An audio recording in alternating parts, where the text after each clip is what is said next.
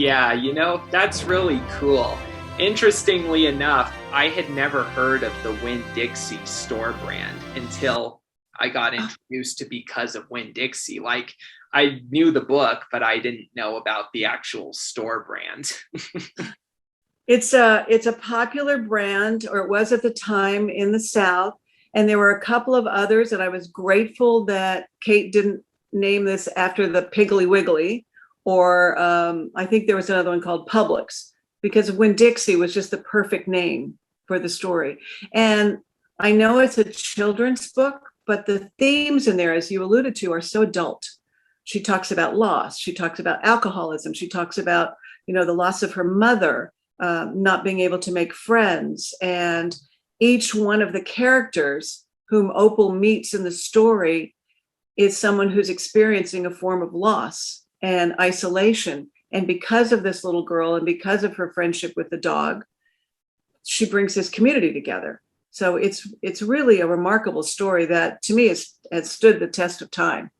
I'm with you on that. Like, I understood exactly what the themes were. They became friends mainly because they had the common ground of losing something. And Exactly. it's all about connections. When you connect one to another, friendships are formed, and it's in business and even in your personal life. And, there were a lot of good scenes in that film, some funny and some tragic, like, like the police officer, getting bitten by Winn Dixie. Yeah. and Yes. and then Opal, listing the 10 things about her mom, About her mother. Yeah. I know. I mean, and sometimes I wondered whether it was too adult for children to read, but I think sometimes we don't give kids enough credit to understand that they get the emotions and they have these feelings, and we need to address them and do it in a way that can help them get past it. Yeah. And So. and also not address adult things by just literally revealing them, like in Shrek. Right. With the Right. Exactly. Well, I don't know if you know how we found the dog who played Winn Dixie. It's a French shepherd. Like we have a German shepherd. This is a French shepherd called a Berger Picard. It was a dog, a breed of dog that was used a lot during World War II. And then the breed lost popularity and started dying out. Well, when Wayne, our director, decided he wanted a dog. Now, the dog on the cover is, I think, an Irish wolfhound. And our dog trainer said, beautiful dog, but probably not the best choice for the movie. And Wayne said, I don't want to have a dog that people run out like 101 Dalmatians or Beverly Hills Chihuahua, and suddenly everybody buys this dog, and then they end up in the pound a few months later because they don't want the dog anymore. So we wanted to get a breed of dog that was unusual, that looked like a mutt, because we didn't want a particular breed of dog. We wanted one that looked like a mutt, and we wanted one that was a little difficult to find so that people couldn't go run out and at Christmas time have 1,000 Winn Dixies under their Christmas tree. So Wayne went to France and found 5 dogs, and we brought them back, and 3 of them were used for the movie. So that's how Winn Dixie, that now the breed has become accepted by the American Kennel Club, and more people have got Berger Picards, and they sometimes call it the Winn Dixie dog, which makes me happy. I'm sure makes Kate happy, Kate Camillo. But it was a terrific dog, and the dog got along very well with Anna Sophia.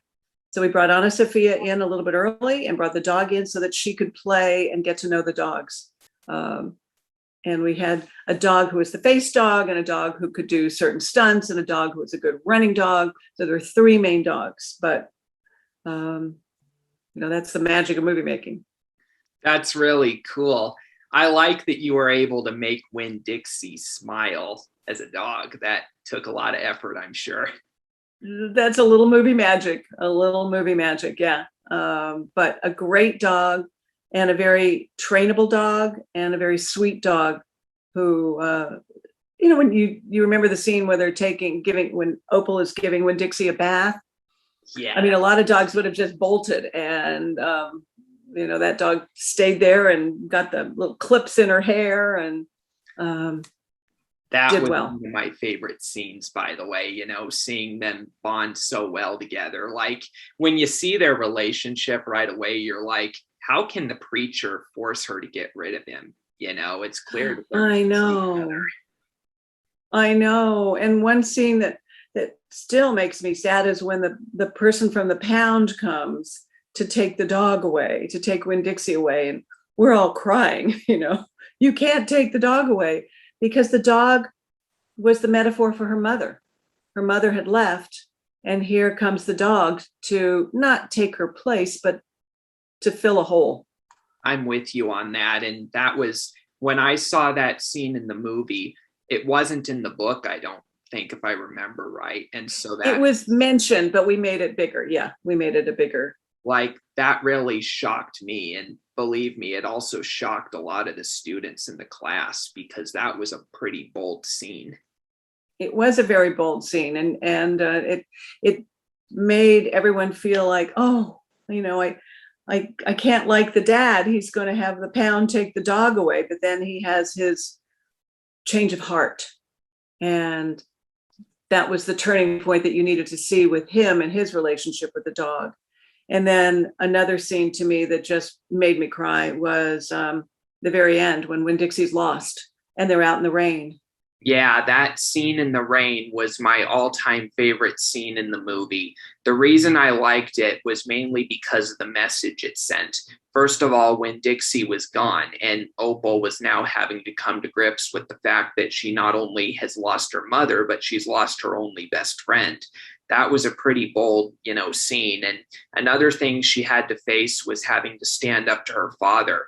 Her father was going through some, personal struggles about losing his wife. And, he was not dealing with his emotions in a way that was healthy.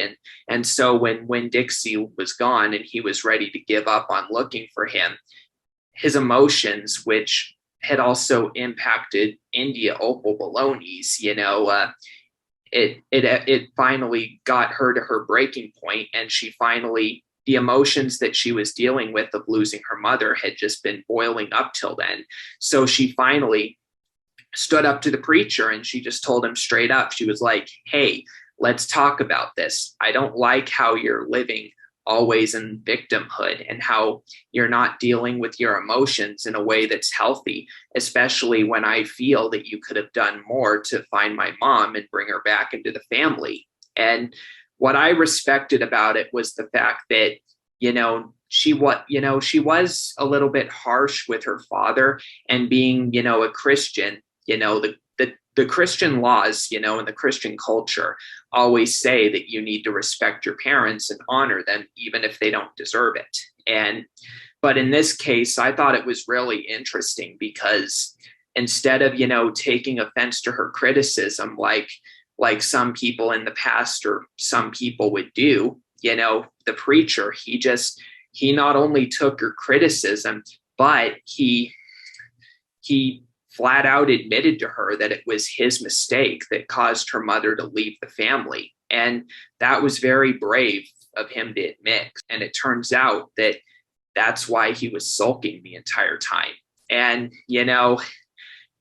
that also took a lot of my friends in school off guard, because we had a lot of Christian people there. And I knew a few students in my class that when they saw that scene had thought that Opal was being a little bit unreasonably harsh with her dad. I'm a Christian, and so obviously I'm going to promote the idea of honoring your parents. I'm a Christian, so I believe that.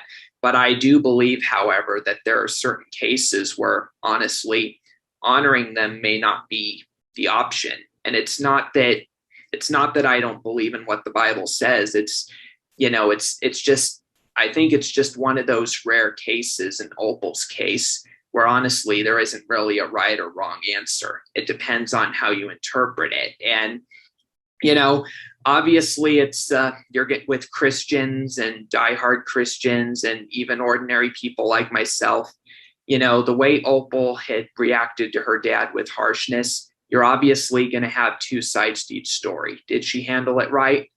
I personally think it's just a case where you're going to have two sides to each story. And, some are going to say that she should have, not put everything on her dad, and she should have, not been disrespectful to him. Some are going to say that, but there's also going to be those people that'll say, sometimes the truth hurts. She told the truth, harsh or not. And so, balancing both sides of the story, I don't think there's really a right or wrong answer. But in any case, the criticism she gave her dad was necessary for the scene, because even though it probably wasn't entirely the ethical way to do it under Christian rules, it got the message across to him, and it resulted in them finally rediscovering the bond that they had for each other, and ultimately realized that even if they don't ever see Winn Dixie again, that they have everything they need in order to move on.